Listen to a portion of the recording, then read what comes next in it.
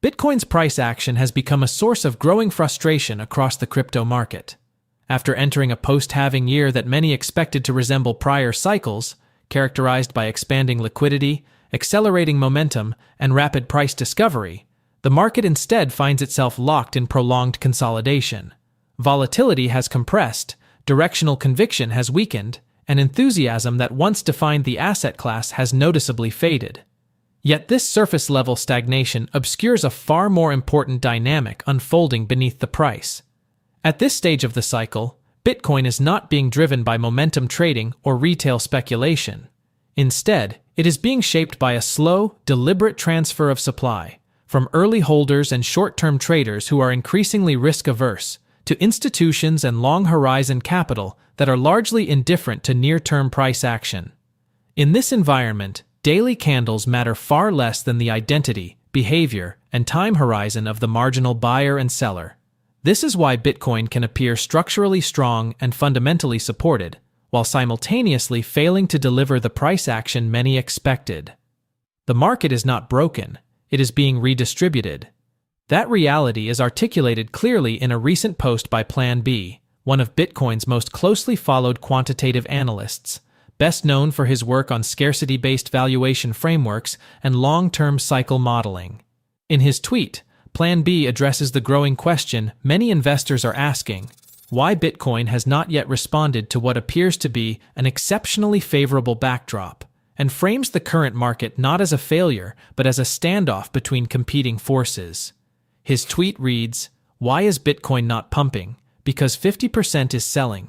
OGs traumatized by 2021, technical investors looking at RSI, 4-year cycle fans expecting a bear 2-year post-halving, while the other 50% is buying, fundamental investors, TradFi, banks. Epic battle, until sellers are out of ammunition." PlanB's assessment is notable not because it predicts an immediate price move, but because it correctly identifies the structural forces currently shaping the market. On the sell side, much of the pressure is coming from legacy participants, early holders who experienced multiple cycles and remain psychologically anchored to the volatility and drawdowns that followed the 2021 peak. For these investors, the absence of an immediate post-halving rally reinforces a preference for capital preservation over continued exposure. This behavior is compounded by technically oriented traders who respond to momentum indicators rather than fundamentals, and by market participants who adhere rigidly to historical cycle templates. Collectively, these groups represent consistent, methodical sell pressure rather than panic or capitulation. Opposing this flow is a fundamentally different class of buyer. Institutional allocators, traditional financial entities, and long-term investors are approaching Bitcoin not as a short-term trade, but as a strategic asset. Their participation is less visible, slower, and largely indifferent to near-term price fluctuations. These buyers are not attempting to time breakouts. They are allocating capital over extended time horizons. This creates a market that appears stagnant on the surface, yet remains highly active underneath. PlanB's broader framework reinforces this interpretation. Through his stock-to-flow model, he continues to argue that Bitcoin remains structurally undervalued in the current post-halving regime, with long-term projections still extending toward the upper six-figure range over the course of this cycle.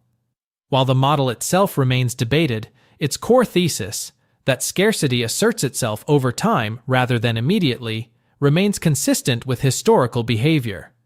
Importantly, this view aligns with on-chain observations from analysts such as Willy Woo, who have repeatedly emphasized that prolonged consolidation phases often reflect supply absorption by strong hands rather than a lack of demand. When price fails to respond despite improving fundamentals, it is often because distribution and accumulation are occurring simultaneously. The on-chain data now provides further evidence of this process. This is a recent post from VivekSen. Whales just bought $5 billion worth of Bitcoin. In the past week, the fastest buy pace since 2012. Something is coming big time. Recent on-chain data from Glassnode reveals a decisive shift in positioning among Bitcoin sharks, defined as entities holding between 100 and 1,000 Bitcoin. Over the past week alone, this cohort accumulated more than 54,000 Bitcoin, bringing their total holdings to approximately 3.575 million Bitcoin. This surge is clearly reflected in the SharkNet position change metric, which shows a pronounced positive spike, indicating net inflows rather than distribution.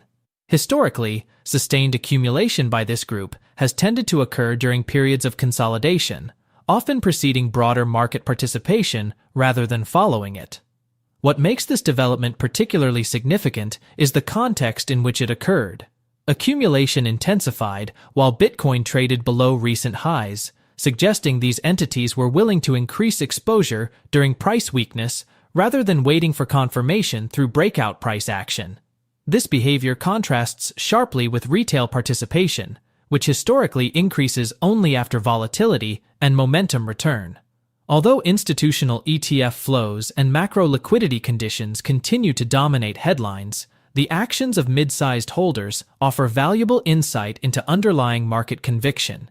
If this accumulation trend persists, it may provide structural support for Bitcoin's price, even as short-term volatility and macro uncertainty continue to influence near-term movements. When viewed alongside PlanB's framework, the picture becomes clearer. Supply is not disappearing, it is changing hands. While accumulation and distribution dynamics define Bitcoin's current price behavior, another topic has recently entered broader market discussion: the long-term implications of quantum computing for cryptographic security. Macro investors, including figures such as Ray Dalio, have cited quantum advancements as a potential future risk to Bitcoin's underlying cryptography. For cautious allocators, this introduces an additional layer of uncertainty, particularly at a time when technological change is accelerating. Within the Bitcoin community, however, this concern is being framed very differently. Here is a recent tweet from MicroStrategy Executive Chairman and big Bitcoin bull Michael Saylor. The Bitcoin Quantum Leap.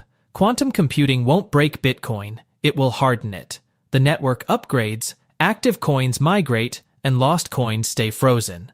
Security goes up, supply comes down, Bitcoin grows stronger. Saylor's argument rests on a fundamental misunderstanding often embedded in quantum risk narratives: the assumption that Bitcoin is static. In reality, Bitcoin is an adaptive protocol. Should quantum computing pose a credible threat, active coins can migrate to quantum-resistant addresses through coordinated network upgrades. Coins that are lost or dormant would remain inaccessible, effectively reducing the cryptocurrency's circulating supply. The result would be a network that is both more secure and more scarce. Historically, each existential challenge faced by Bitcoin, from protocol debates to regulatory crackdowns, has prompted improvements rather than collapse. From this perspective, quantum computing represents a future upgrade path rather than a systemic flaw. If you're trying to understand this market through short-term price action alone, it will continue to feel confusing and unsatisfying. What matters right now isn't whether Bitcoin breaks out this week or next. It's who is exiting, who is accumulating, and how conviction is shifting beneath the surface. This channel exists to unpack those structural dynamics, to separate sentiment from signal, and to focus on positioning rather than noise, especially during periods when the market appears directionless on the surface. If that perspective is useful to you, please like this video and make sure you're subscribed. Share your thoughts in the comments, particularly where you think this cycle is diverging from past ones, and explore our other market breakdowns, where we focus on the forces that tend to matter before price finally moves. Thanks for watching.